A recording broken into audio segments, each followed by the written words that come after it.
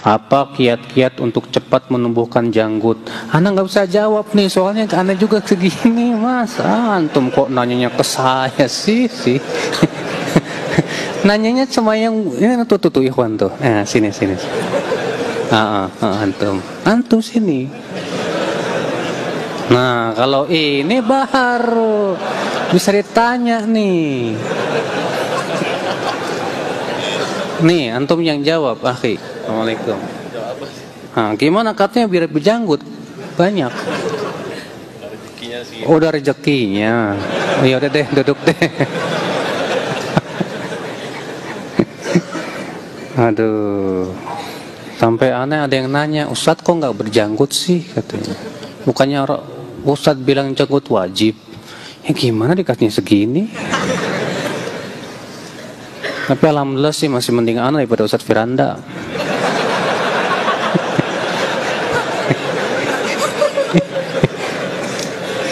Tapi kalau ilmunya jauh lebih banyak beliau, Pak.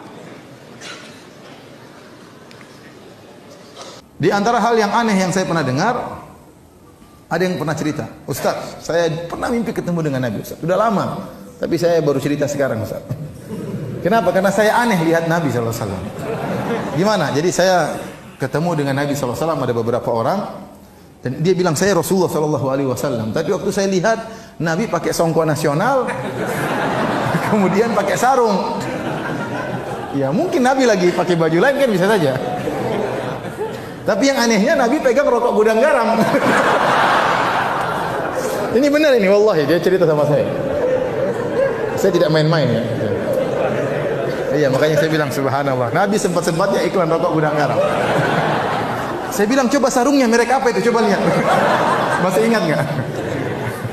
Sekarang baru saya yakin itu bukan Nabi. Jadi saya bilang memang setan tidak bisa niru Nabi, tapi setan bisa ngaku sebagai Nabi. Akhirnya banyak akidah rusak gara-gara ini. Ada ustadz yang bisa mengetahui bahwa si A sakit paru-paru dan ternyata benar apa yang ustadz itu katakan. Apakah itu berdosa jika kita percayai? Kenapa dulu ini? Mungkin ustadznya dokter. Jangan buru-buru. Mungkin dokter tahu, oh dari nafasnya orang ini kayaknya paru-paru nih. Ini sudah pengalaman dia. Batuk, ini tenggorokan gatal, oh ini gejala flu. Mungkin dia dokter. Tapi kalau dia tebak orang lewat, ini paru-paru. Nah itu dukun. Ini bukan ustaz, ini dukun. Jangan dipercaya. Ya. Apa hukumnya bagi pedagang yang meminta tolong dengan dukun agar dagangannya laris? Dosa besar. Dan kalau dia percaya dia bisa kufur. Nggak boleh teman-teman sekalian. Dagang biasa dagang. Dagang itu modalnya halal, produknya halal, sistemnya halal. Percaya teman-teman, demi Allah laku. Nggak usah pakai dukun, nggak usah pakai pelaris ini. Nggak perlu. Terima uang, tepuk-tepuk uang itu. Saya pernah tanya itu. Kenapa tepuk-tepuk? Supaya laris. Apa hubungannya kertas bisa ngelarisin? Nggak ada hubungannya, Nggak ada hubungannya sama sekali. Apakah boleh seorang istri minta alat-alat makeup ke suami? Kalau nggak minta sama suami, minta sama siapa? Nah itu. Penting nggak istri dandan di rumah, Bu? Ya maaf, bapak-bapak nih. Bapak-bapak kalau menikah sama istri yang cantik mahal. Make upnya itu bedaknya doang 700.000. Apalagi perawatan salon apa. Makanya kalau nikah sama perempuan yang biasa-biasa, bedak 7.000 jadi. Ada kan bedak 7.000-an jemaah? Tapi jemaah, perempuan itu kalau minta alat-alat make up, bapak-bapak harus penuhi, tapi pakai syarat. Buat siapa engkau bersolek? Kalau bersolek buat suami, belikan 2 set langsung. Boleh istri mengatakan, Mas, aku kepingin cantik di hadapanmu. Tapi kebanyakan perempuan, Ustaz, kalau cantik suaminya tanya, mau kemana? Karena kalau di rumah nggak pernah cantik dia. bapak-bapak? Masya Allah. Ini sepakat ini. Maka ibu-ibu mulai sekarang make up minta sama suami, tapi catatannya buatmu. Jadi kalau di rumah cantik ditanya, Mbak atau Dik mau kemana? Mau menjemput dirimu. Masya Allah. Insya Allah jadi surga rumahnya, Ustaz. Ustaz, gimana caranya agar istri kita ikhlas kita kawin lagi? Nah,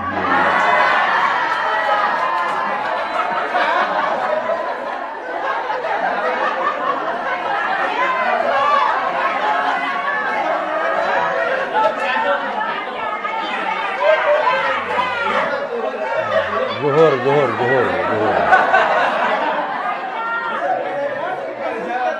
Ini kalau buat saya ini pertanyaan kayak gini nih kayak saya dikasih makanan yang ringan di tangan berat di badan.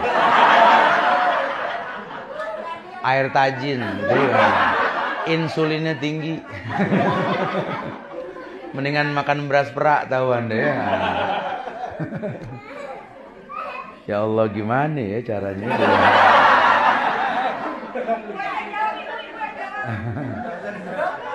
Ya Bu, ini syariat Bu, ya. Kalau syariat tuh kita harus sedikit berlapang dada. Ya sebelum saya ngomong, ibu baca dalam hati, Robbi srohli sodri. Ya syariat mau bilang apa ya? Cuman buat laki-laki, poligami itu bukan tujuan, tapi solusi yang Allah tawarkan.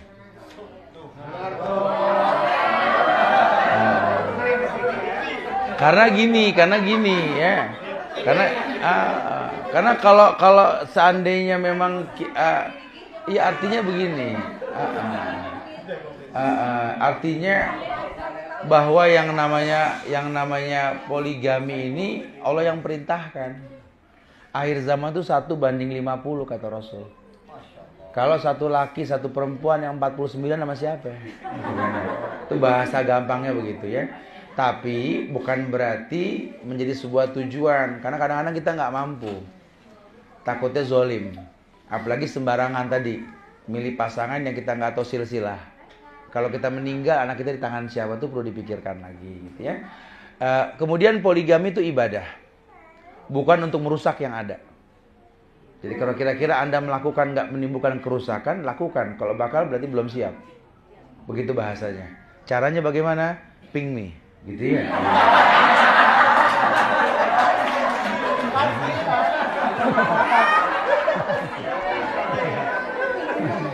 Ya, selesai ya. Cukup bijak kan jawabannya.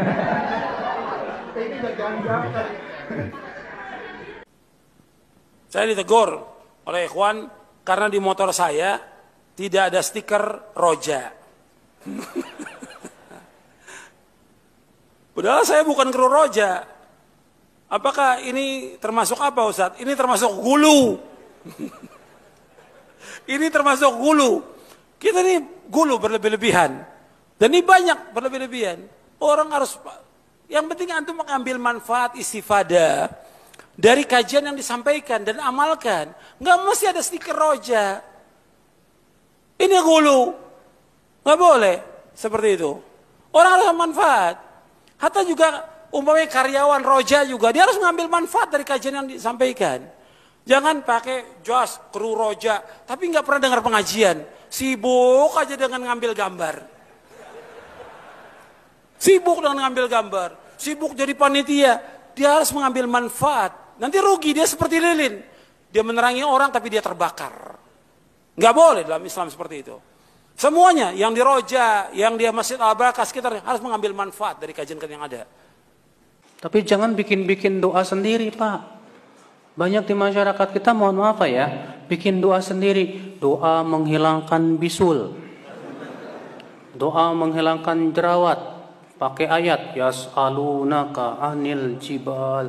Faqil yansifuha rabbi nasfa. Wa yadharuha qa'an safsafa. La tara fiha iwaja wala amta. Mereka bertanya kepada kamu tentang gunung. Katakanlah Allah akan menghancurkan sehancur-hancurnya. Untuk gunung aja hancur apalagi jerawat. Itu dijadiin doa buat ngilangin jerawat, Pak. Ini mana dalilnya dari Rasulullah? Nggak ada, Pak. Di masyarakat kita ada, Pak, keyakinan kalau kamu pengen punya anak perempuan cantik, bacaan surat Maryam. Kalau laki-laki bacain surat Yusuf. Nah kalau bapak emaknya jelek ya jelek aja, nggak ada pengaruh. Lagian mana ada dalilnya? Ini terkadang kita bikin-bikin sendiri, Pak, yang nggak ada tuntunannya dari Rasulullah SAW. Maka saya katakan bicara pemuda-pemudi, laki-laki dengan perempuan, selama dalam batasan kewajaran tidak jadi masalah. Tapi kalau tidak wajar, apa misalnya Ustaz, please Ustaz, ini Ustaz juga goyang ini. Jangan seperti itu ya, Ustaz juga manusia ya. Ya apalagi nggak boleh seperti itu. Nah, seperti WA misalnya banyak, misalnya ibu tanya sama saya ya, apa hukum ini? Saya jelasin ya, hukumnya halal haram misalnya. Oh enggak boleh. Kalau wajar-wajar enggak ada masalah. Tapi kalau dia tanya, Ustaz apa hukumnya ini Ustaz gini. Misalnya saya jawab begini, ya, hukumnya boleh dengan syarat begini. Terus dia bilang, "Makaci Ustaz." "Makaci." Jangan makaci. Ya makaci saya pikiran. Bilang terima kasih kira. Makaci terus hik. Aduh, ini jadi pikiran. Ustaz bisa stres habis itu. Setelah Ustaz stres, Ustaz buka lihat apa? Lihat anunya, profilnya. Oke juga ini, repot. Kita juga manusia. Siapapun dia, Ustaz atau yang lainnya ya. Ya, hati-hati, suara wanita terkadang jadi aurat, terkadang bukan. Asalnya bukan aurat, tapi bisa jadi apa? Aurat tatkala mendayu-dayu. Ya. Contoh kain sutra yang tidak boleh dipakai laki-laki. Karena sejujurnya saya tidak tahu kain sutra itu seperti apa. Tanya di pasar ini. Salah antum tanya kain. Enggak ada contohnya. Datang ke toko kain tanya mana kain sutra. Nah itu baru. Karena saya nggak punya bahannya. Bukan begitu jawabannya. Pernah ada orang bertanya begitu kepada salaful ummah, ditanya, apakah iblis itu hamba Allah? Iya, jawaban dia. Apakah iblis tadinya beribadah? Iya. Apakah iblis memang durhaka setelah itu? Iya. Apa iblis punya keturunan? Kata beliau, iya. Dalilnya mana? Allah berfirman, jangan kalian ikuti iblis dan keturunan-keturunannya, gitu kan? Kemudian apakah iblis punya istri? Gitu. Kata beliau, iya. Siapa nama istrinya?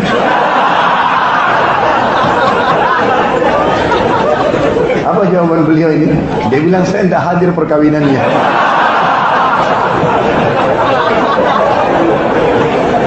Sudah paham? Sama ini saya juga nggak pegang kain sutra. Jadi datang ke tokonya, insya Allah ditetap. Saya cuma jelaskan hukumnya. La haula wala quwwata. Apa amalan yang saya kerjakan agar saya bisa mendapatkan istri soleha, cantik, lagi kaya? Mohon bantuannya Ustaz. Ya. Apa amalannya? Yang pertama, antum harus soleh. Yang kedua, antum harus tampan. Yang ketiga, antum harus kaya. Soalnya ya mau nggak mau orang itu melihat yang kufu, yang satu level gitu loh jamaah. Jangan seperti pungguk merindukan rembulan. Antum kulitnya putih gelap. Bisa Allah kasih, ada orang-orang yang putih gelap dapat putih terang. Ada yang dapat kayak gitu. Ya takdirnya seperti itu. Tapi tadi antum harus sadar lah. Ada teman-teman yang nggak sadar. Dia kalau ditolak, dia meminta anaknya fulan, kemudian ditolak. Ketika ditolak dia mengatakan, maaf bapak mertua saya. Bapak nggak tahu sama hadis Rasul SAW. Yang menolak orang soleh itu bisa jadi fitnah. Dia mau ngomong dirinya soleh sama orang tuanya. Ya nggak bisa lah. Dan biasanya orang tua menolak itu banyak gayanya. Ketika dilihat antum datang, aduh nggak pas. Dibilang, afwan anaknya masih mau sekolah. Nggak apa-apa, saya tunggu Pak. Dia itu artinya nolak, antum udah balik.